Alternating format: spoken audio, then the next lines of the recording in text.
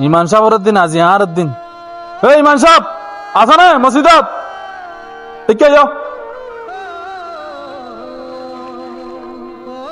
সভাপতি সাহেব আসসালামু আলাইকুম। এদিন সালাম তালামত দরকার নাই, বিয়ার মাঝে দাওয়াত দিতে বিয়ার মাঝে না আঁকা যাও। নাইকে অসুস্থ ছিলাম তো এত লানো যাই দি।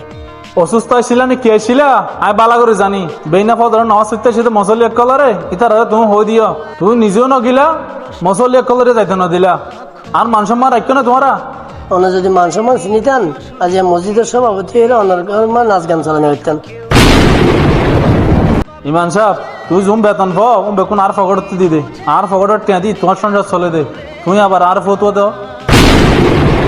সভাপতি সাহেব অন্যর ফগড়ে তো দেন মসজিদে তো দেন আত্মীয়ান নালাগের হাতি সজিয়ান লেখা আছে আত্মীয়ান খাওয়া পড়িব।